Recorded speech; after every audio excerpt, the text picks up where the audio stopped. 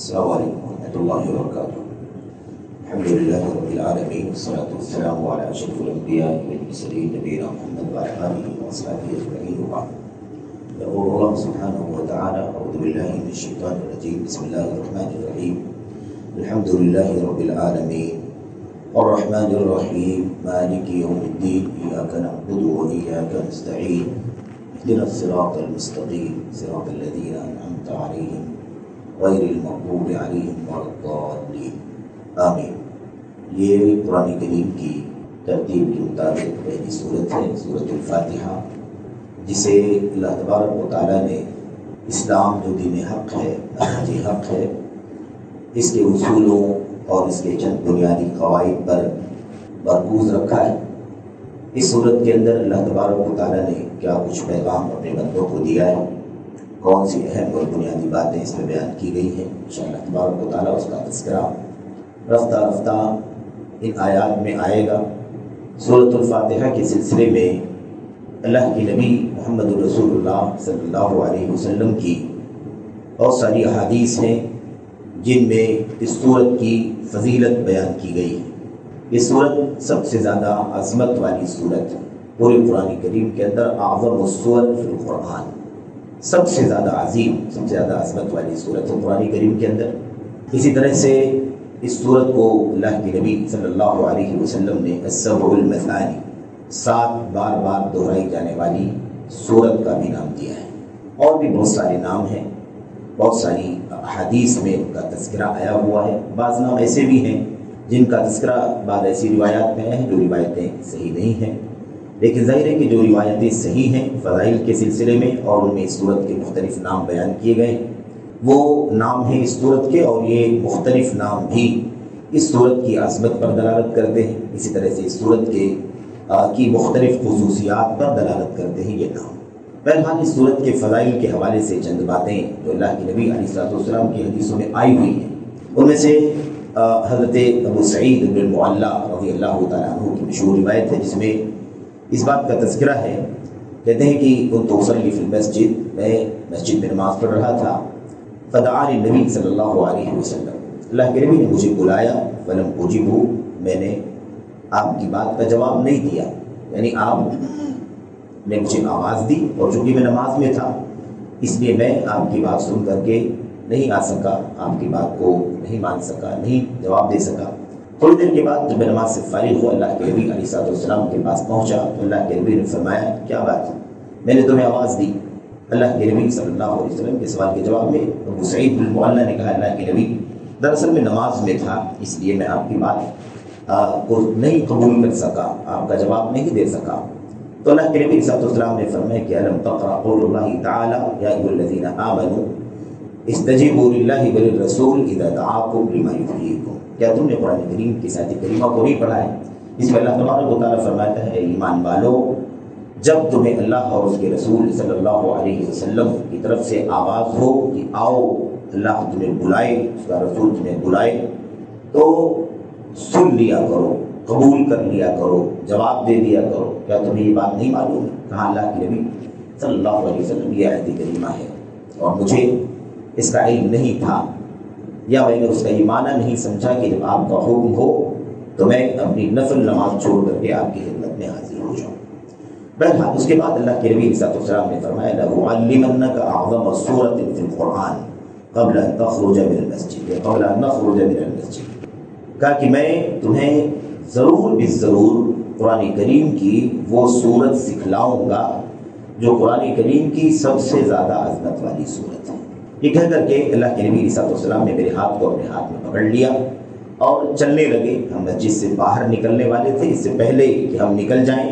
میں نے اللہ کے نبی سے کہا الم تقل لأعلمنک اعظم السور فی القرآن، اللہ کے نبی کیا آپ نے نہیں کہا تھا ابھی تھوڑی دیر پہلے کہ میں تمہیں قرآن کریم کی سب سے زیادہ عظمت والی سورت سکھاؤں گا؟ تو وہ سورت کون سی؟ اللہ کے نبی صلی اللہ علیہ وسلم نے فرمایا، جواب دیا آپ نے فرمایا الحمدللہ رب العالمین۔ یہ جو سورت ہے سورۃ الفاتحہ جسے ہم کہتے ہیں، یہ اعظم سورۃ فی القرآن انہا السبع المثانی، اللہ کے نبی علیہ الصلوۃ والسلام نے فرمایا یہ قرآن کریم کی سب سے زیادہ عظمت والی سورت ہے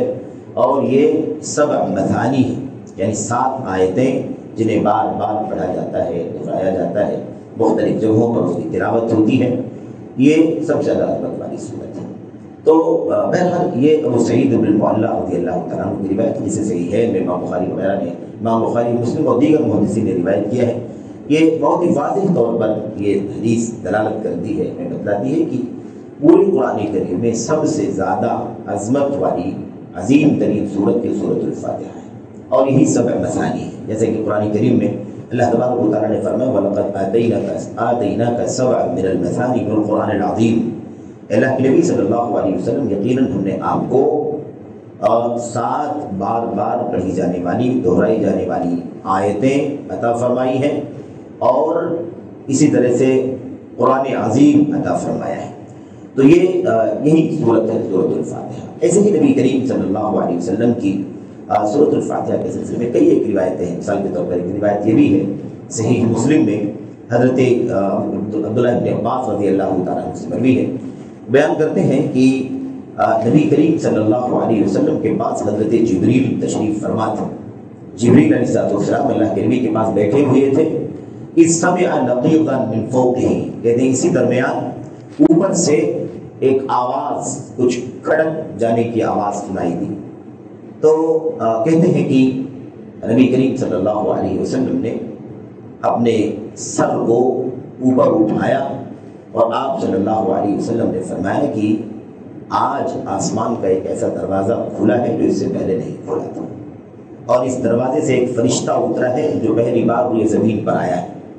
وہ فرشتہ اللہ تبارک و تعالیٰ کی طرف سے یہ پیغام لے کر کے آیا ہے،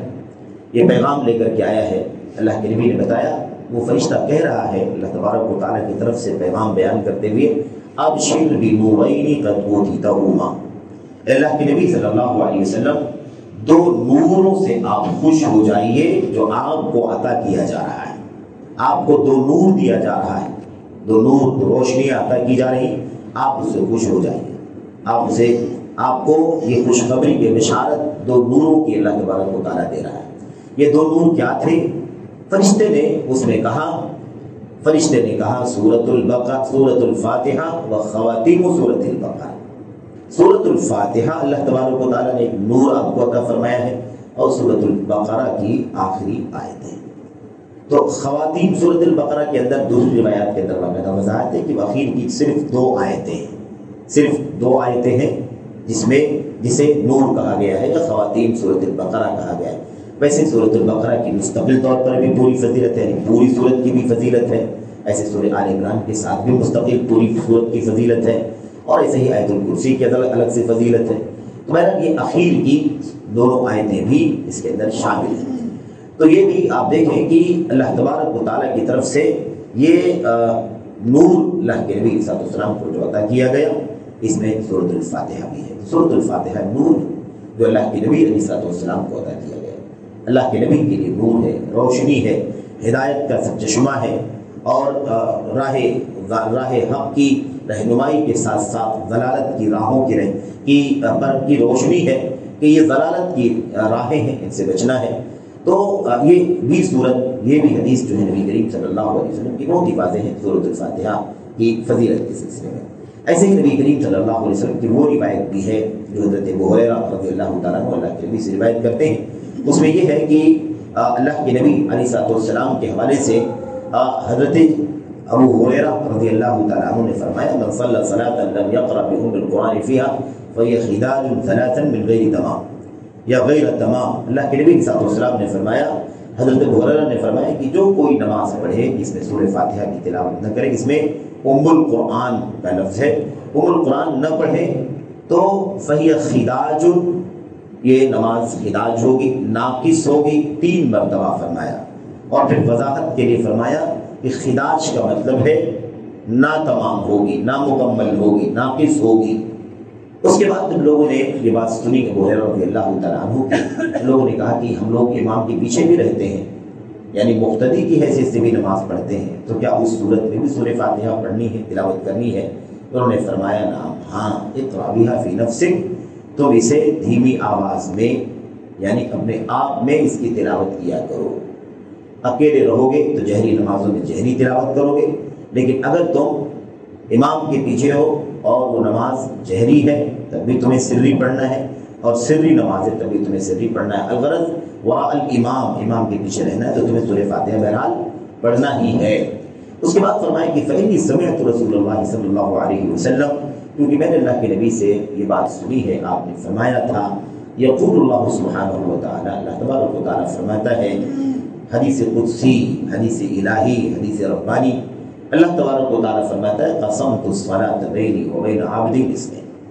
میں نے نماز کو اپنے اور اپنے بندے کے درمیان آدھا آدھا بانٹ دیا ہے۔ اپنے اور اپنے بندے کے درمیان نماز کو آدھا آدھا بانٹ دیا ہے، نماز کا نام رکھا، نماز۔ اور اس کے بعد فرمایا کہ اللہ تبارک و تعالیٰ فرماتا ہے فَإِذَا قَالَ عَبْدِي، جب میرا بندہ کہتا ہے الحمدللہ رب العالمین، فَإِذَا قَالَ الْعَبْدُ الْحَمْدُ لِلَّهِ رَبِّ الْعَالَمِينَ، جب بندہ کہتا ہے تمام تعریفیں اللہ تبارک و تعالیٰ کے لیے ہیں، تو اللہ تبارک و تعالیٰ فرماتا ہے حمیدنی عبدی، میرے بندے نے میری حمد کی، میرے بندے نے میری حمد کی۔ حمد کے کئی معنی ہیں جو انشاءاللہ تبارک و تعالیٰ سورۃ الفاتحہ کی تفسیر میں ہمارے سامنے آئیں گے۔ حمد بمعنی شکر ہے، حمد بمعنی تعریف ہے، اور بھی بہت سارے معنی۔ خیر، تو میرے بندے نے میری حمد کی، میری تعریف کی۔ اور جب بندہ کہتا ہے الرحمن الرحیم، دوسری آیت پڑھتا ہے تو اللہ تبارک و تعالیٰ فرماتا ہے اثنى علی عبدی، میرے بندے نے میری ثنا فرمائی، میرے بندے نے میری ثنا کی۔ اور جب بندہ کہتا ہے مالک یوم الدین، قیامت کے دن کا مالک ہے، تو اللہ تبارک و تعالیٰ فرماتا ہے مجدنی عبدی او مجدنی عبدی، میرے بندے نے میری بڑائی اور میری عظمت کا اعلان کیا، میری بزرگواری کو بندے نے بیان کیا۔ اور اس کے بعد بندہ جب کہتا ہے ایاک نعبد و ایاک نستعین، ہم تیری ہی عبادت کرتے ہیں، تجھ سے ہی مدد چاہتے ہیں، تو اللہ تبارک و تعالیٰ فرماتا ہے ھذا لعبدی ھذا بینی و بین عبدی، یہ میرے اور میرے بندے کے درمیان ہے۔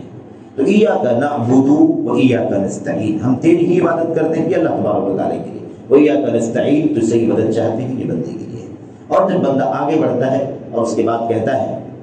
اهدنا الصراط المستقیم صراط الذین انعمت علیہم غیر المغضوب علیہم ولا الضالین، تو اللہ تبارک و تعالیٰ فرماتا ہے ھذا لعبدی ولعبدی ما سأل،